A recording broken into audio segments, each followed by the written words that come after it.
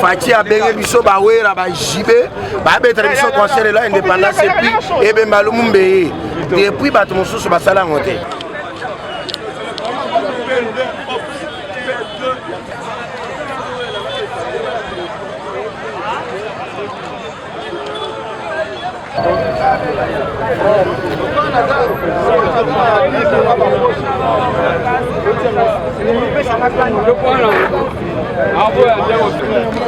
Impressionné ni le concert à Lulu. Pardon? Impressionné par rapport au concert. Oh bon concert à Lulu, ils ont vraiment essayé ma casse. Parce que donc Wenge ils ont vraiment RDC, comprendre parce que tous les tribus musiciens mais dans la carte. Donc 4 points donc donc ils ont 5 ça va dans beaucoup surtout. Il y a un peu de événement, il y a guerre, il y a agression à Rwanda. Et c'est une réconciliation pour donc bâtiment sur la musique et ça message même sous les aragats en beaucoup. Donc malgré tout et c'est un mais dedans tout un esprit il y a Kanda pour na bande pour na biso bazo kufa na S. On est ensemble avec eux et to yeka pour tous sangana pour tout ya maboko pour bolingo mboka ezonga. Merci beaucoup.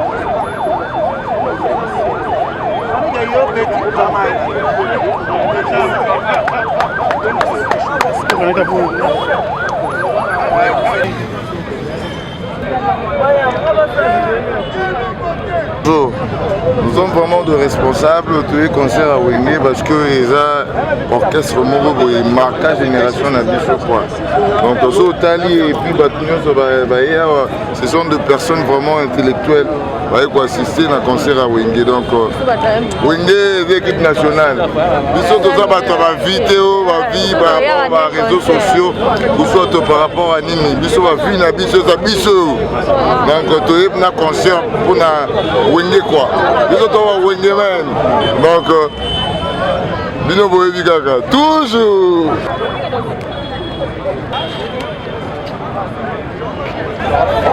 On est là, ils ont événement, nous sommes venus assister à cet événement donc Talarak.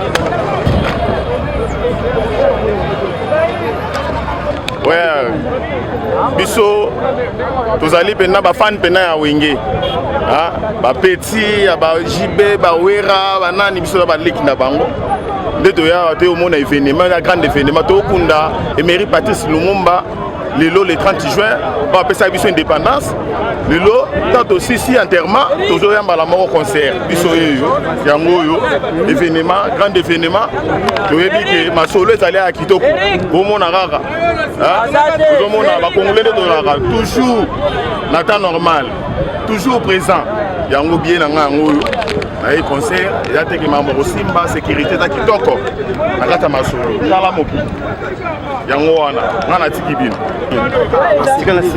C'est vraiment ma casse 2 ans, première fois à participer à un concert à Bodon. Je suis vraiment satisfait. C'est vraiment ma casse, donc courage. Bon, tu es côté événement, c'est le matin, qui le banda. Tout le monde a génération Wengeti, Kabwana, et là, bazongani, ça fait plaisir à ma casse. Et là, on a trouvé d'autres événements, on a souka. Pour l'instant, c'est vraiment ma casse. Bota Wenge. Depuis mine, so peut demi combien wa Kabwana. Lelo sikoyo na kinda na stade de Martyrs. Tu es dans intervention tête ndai. Toujours compagnie hein. Dans ma casse. naomba kungoloba te naomaka mambo eza na kati kuna ya somo naomba mambo eza na somo awa eza intervention compagnie ya chetendai prochaine eza nini mpona concert ya lelo en tout cas donc merci na bato baotala biso na monde entier eza d'abord conseil ya unité eza conseil ya paix eza ya réconciliation dans la vie Jésus Christ sango ayaka auta dit commandement de Dieu mangloba on a moko abaki yango de prochain donc c'est-à-dire biso tout il faut te soutenir yango parce que na compte ya makama musique oyo epesi 40% na bandeko tout bana SD donc c'est-à-dire faut te soutenir yango donc ndeko mona arriva papier le prince c'est-à-dire retoyer et puis talaka nazala mulongo nana omana tsango bana lokobo nana mulongo donc na bona ngai ke ona lo bakeote ngala sale kidanje pe nazala mulongo c'est-à-dire la police mboko coup de chapeau bosa musa makasi babi papier le prince sala exemplaire la kisane marme salaka donc na minjo chabe bem le bomunde ngavandi puno libika vandi peri moson kel mosengo baye déjà qui ça parce que après batamba 22 ans ba yo ya qui ça pour un concert oyo tara ba uta États-Unis ba uta ba Paris ba Willy Mchenaye ba Willy Pensé me baye ba président Donald baye so santi donc c'est un robo ya té tala MDD business fils et tout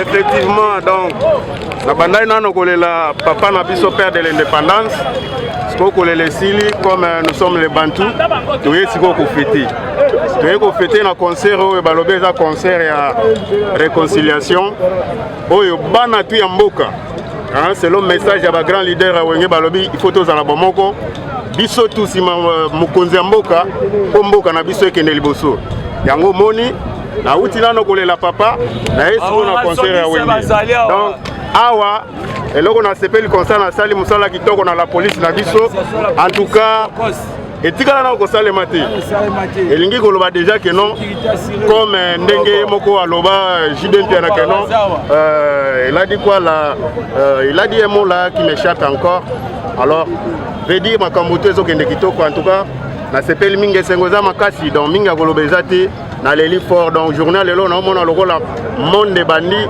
lokola makambo ya musique voilà c'est ça le mot que je cherchais ba redémarrer musique ya Congo. En tout cas, tozana esengo mingi lokola biso bana mboka. Mais attaque mona wenge ezana mwa ndembo moko marka yo pendant que bazaki ensemble oyo ko betela c'est là ba souvenir. Banzembo ezebele ya donc ndenge naza awa na ndenge esengo eza wana koko kolemba te na uti pe nguba mwena yembe zati. Bonjour mère. Bonjour papa. Bonsoir nos amis senga mona zongisa. Pression les amis pour na journal lelo. Pardon? Pression na les amis pour na. Pression nanga. Ezake tatala matama minena kasel ya ndeye nda ko minzambe. Aibiteke ya nsoni nano ya ponga na afani ya ba président nga bazali tata ya masuki ya na tata na toyebi ete bilakeli mabe afana ombule ko bete na komi nkolo e bokeba na bino na mususu na lobaka le benye fuya loba le benye mambo ele kana ngote o de la mboka makambo Félix ayebango sécurité ya makata bakonzi bakonzi ko bena balenda don lelo bena ekoyinda tata mabundi okaza mbule beta yoko minkolo si ça non ba problème ba nyongo na mbule ko beta yoko minani yo bino bombo yebi ba journaliste boza ba songi boyebi na le benye akasa ke ozala te zali alobi mwana wenge tuso asebela na mwana ko makasi mwana akapela na bana wenge makasi yo nzembo yo kanga ya bomi ete nda ya mwana ka na lelango fo oyebi yango sikitela tato beta nga ngama za artiste to tsa ngobena kakata nda na kati tata mabundi keba esalami tamulongo tala kitoko makasi be en ordre tous en ordre bon les émissaires de Wera son président nanga jibe na lela forme tala ka babi mutana parana le parent nanga za Wera son na benge papa miel das papa miel azala komoni oyebi miel de miel esalaka nini ebe na banzinzi banzoi bato bafumi banini to papa miel abenzi ba miel merci nabeta kotala moko ya chiluba ecinci tokumwana wandi chalaka ya wenge batuni ya wenye vokal moko wenge basaka mpona kosoutenir bandeko na biso coup d'écran tozali awa maison mare njemo makanda roi de la forêt bozala tosepele makasi bozala na biso bosala sentiment ya mboka na biso esala mwa bien toujours la mise à jour s'impose, la mise à jour s'impose. On va redémarrer le monde, La mise à jour s'impose. La mise à jour s'impose. Toujours,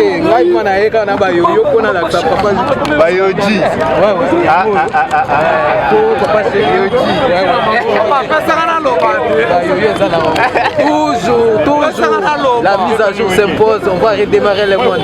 Ok. Gola. Mais Mazana quand il a sepé la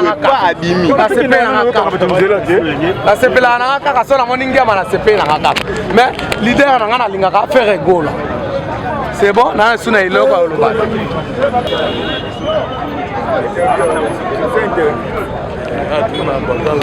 Ouais. Donc blague était. Donc le lopena histoire tout donc il y a des événements quoi.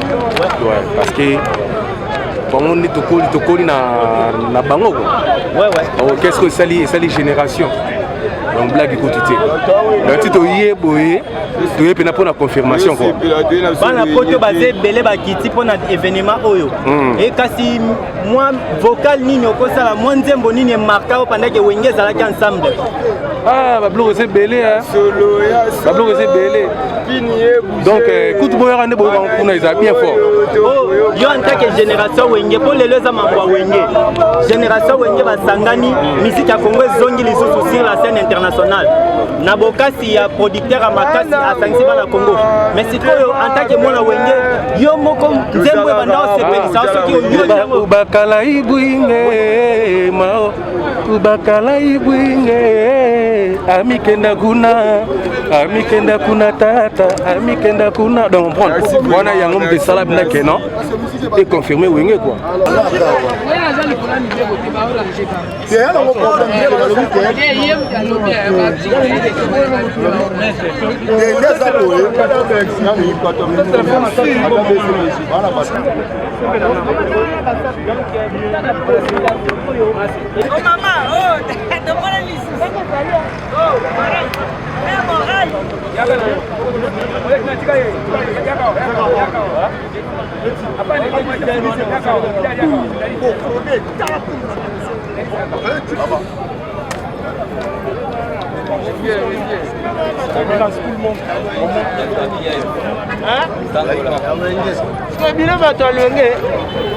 Et concert, il bala wenge donc le lo journée photo ba mulolo pon bakala ibwingi ah lisaponga onge bande ko boyoka lisapo ya wenge muzika bien na yango yo oh ya munyato te yango za caché pour biso dota caché na yango yo.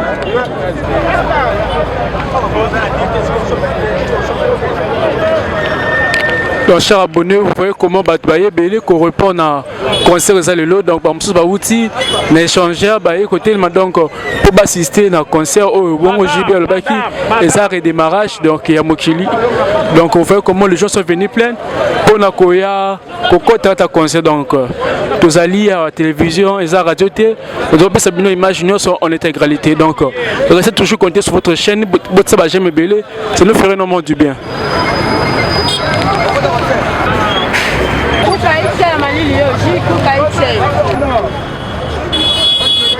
Oui, bonjour. Pardon?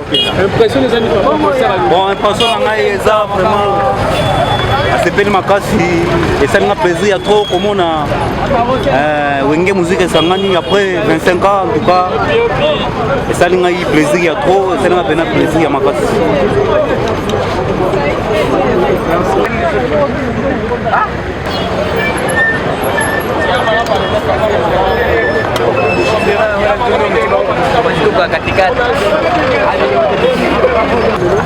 nasepeli na concert lelo wenge muzika bakabwana apres 25 baye kozongana esali biso esengo mingi komona wenge muzika baye kosakana esengo eleki ya makasi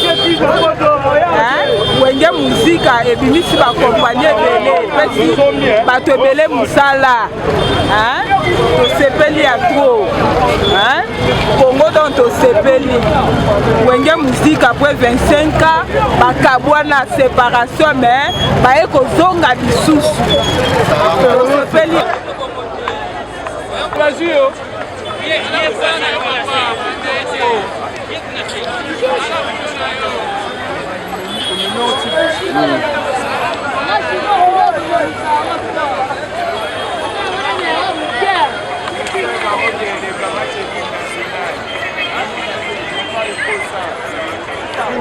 Bonjour chef.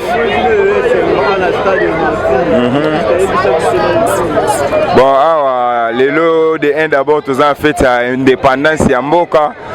Dede to ala concert ya wenge musique à 4x4. Yango moni batu batonde belé boto célébrer. Donc sécurité eza wana no ata na match à Léopard ezala boité. Tande batu batem na mulongo yo moko donc moi écoute le béate donc sécurité eza ya makasi ya makasi. Donc batu baza vraiment bien assuré ba na bomba kota eloko ya te. Nyonso elega bien. Bonjour mon cher, comment tu vas? Bien, bien. Rapidement. On est rassemblés ici le 30 juin au concert de l'unité de nos amis frères de Wenge, comme vous le saviez. Mais aussi, comme vous le saviez, ces concerts, c'est pour soutenir nos FRDC, notre armée. 40% du recette va aller pour le FRDC. C'est pourquoi on est là pour soutenir et pour encourager nos FRDC, notre armée, à ces moments cruciaux contre la guerre contre les M23, les Rwandais. On est là pour le soutenir. Merci. Te concert à lelo abike wana nyo se kobeta mango bien. Basta. Et lelo est poussé yo au concert lelo. Te wana na abike wana nyo se koza lango bien. Tumoni na kala ya wenge osana na banzembo ya kala wenge na ko seplango na zembo ya nani azibe. Ana sepera na ngoma kasi. Merci. Okay. Petit. Et là on est poussé au côté pour événement on a eu des soirées aux zonales soit neni donc encore on a des opportunités faut na les kaka. Ndio ni na wengo za koza na mutu. Pardon? Ndio ni na wengo za na mutu ya souvenir. Ah, bakala. Grâce à lelo vraiment et à somo. Tala biso bana lushi to uchi muna pota olandaka makambo. Tunatoka lushi, tunaripa mabie ndio tukao tufate tukatra fakati. Donc rozala somo na lela mo makasi. Ndio ni na wengo wenge donc zemonga na lela makasi eza souvenir donc bato mokili voyage comprendre. Ojibe achaka bato ya mokili mite mamabe. Le monde méchant mite mamabe. Dena yako vivre en siko à life. Merci. Calme. Donc Charles, vous voyez comment Batubaye vraiment ébélé pour assister à concert à Wenge. Donc pendant beaucoup des années, lors de Salamate, aujourd'hui, le peuple congolais sont là très nombreux pour y a un concert à Lulu. Donc on est là très nombreux pour notre concert. Donc c'est un peu ça.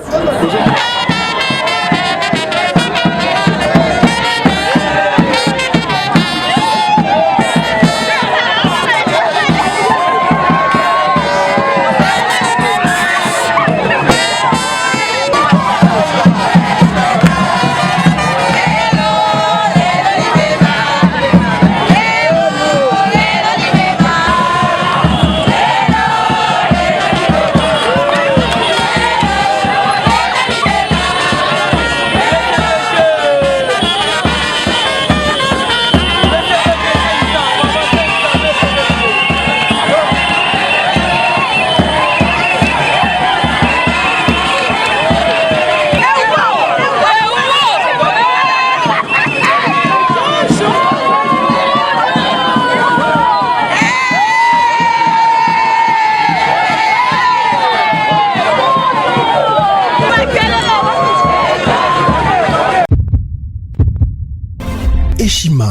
magazine qui bat au rythme de l'actualité. Une réponse à vos besoins en information, un éclairage dans divers domaines. Impartial, documenté, instructif. Eshima au cœur de l'info. Retrouvez la nouvelle édition. Le service national de la RDC, une seconde chance pour les Kuluna. Le commandant du service national, le général-major Jean-Pierre Kassongo Kabouik, est en passe de réussir le plus difficile. La conversion des délinquants juvéniles appelés Kuluna en bâtisseurs de la République. Jean-Pierre Kassongo Kabouik a réalisé des avancées notables à la tête de ce service qu'il occupe depuis juillet 2018. Ce jeune délinquant, presque indomptable dans le rue de Kinshasa, ont finalement été maîtrisés au centre pilote de Kanyama KCC. À ce jour, ils sont endoctrinés et formés à rendre service à la nation, à devenir utiles pour le pays. Au total, 2000 anciens Kuluna devenus aujourd'hui bâtisseurs ont perçu leur premier salaire après une période de 14 mois de formation dans plusieurs domaines, notamment la maçonnerie, la menuiserie et autres. Cette étape a concrétisé la volonté exprimée par le chef de l'État, Félix Tshisekedi, qui prône une autre méthode plus humaine pour l'encadrement de ce jeune brigand urbain et leur réinsertion sociale. Cela à travers la formation pour servir de main-d'œuvre au profit de la République démocratique du Congo. Dans un long entretien accordé à Eshima Magazine, le général-major Jean-Pierre Kassongo Kabouik explique le retour 4 ans après de la production agricole à Kanyama KCC. Dans cette interview exclusive, le commandant du service national égrène les réalisations de cette structure qui revient d'une longue léthargie. Il évoque l'expérience des cantines militaires et policières et révèle que son service paramilitaire mettra bientôt ses cantines à la disposition du campus universitaire en faveur des étudiants. Focus. L'équipe Mwakadi fait exploser le compteur. La DGI dépasse 200% des recettes fiscales au mois d'avril 2022, soit le triple réalisé en avril 2021.